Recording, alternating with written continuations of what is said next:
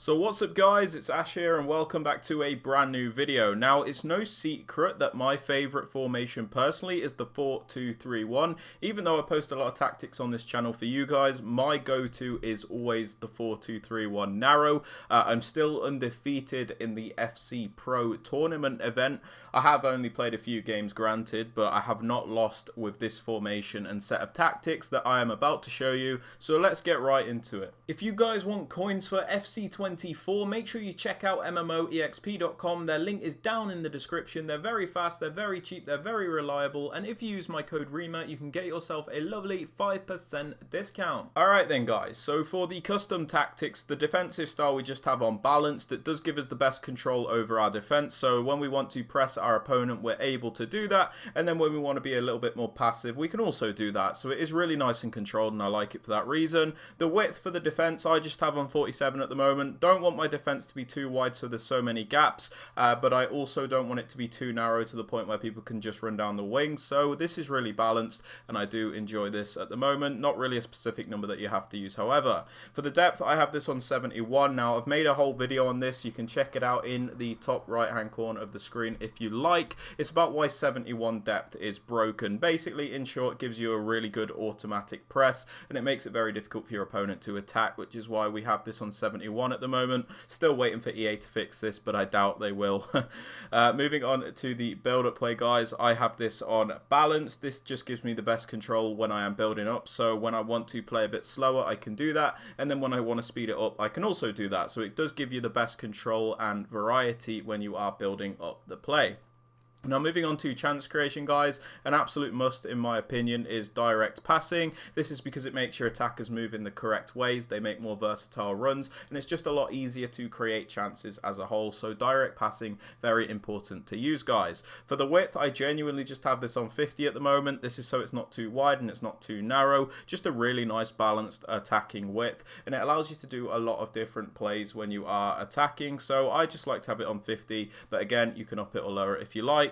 For players in box, I have this on 5. This is bang in the middle. Get a few players into the box to finish off those chances.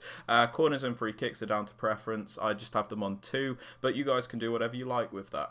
Sorry to interrupt the video, guys, but I have noticed around 90% of you that watch the content are not subscribed. So if you are finding any of these videos helpful, please be sure to hit that subscribe button, as it does help me out massively. Also, don't forget to drop the video a like as well. And with all that aside, guys, let's get back to the video.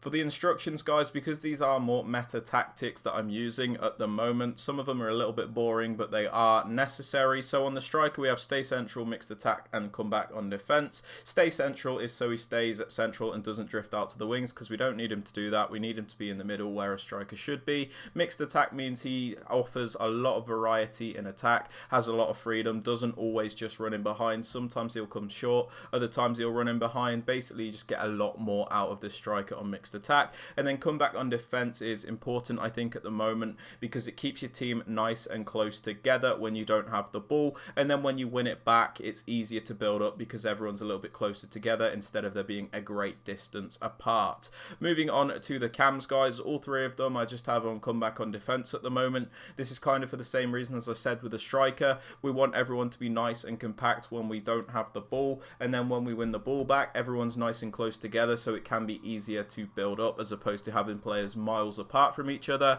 Comeback on defense is also very important on the right cam and left cam, because it makes the team defend in a 4-4-2 shape, which is the best defensive shape in the game, as it is very good at covering both the wide areas and the narrow areas. Now, on my more defensive minded midfielder, the left CDM, I have him on stay back and cover center. We have him on stay back because he is a more defensive minded player. We don't want him flying forward. And then cover center means he will defend those central areas like he is supposed to. For the right CDM, my more box-to-box style player, I have him on the default settings and cover center. Default settings, because like I said, he's a more box-to-box style player. We don't want him to just defend all the time. And then cover center is for the same reason as the left CDM, where he will block those attacks through the middle.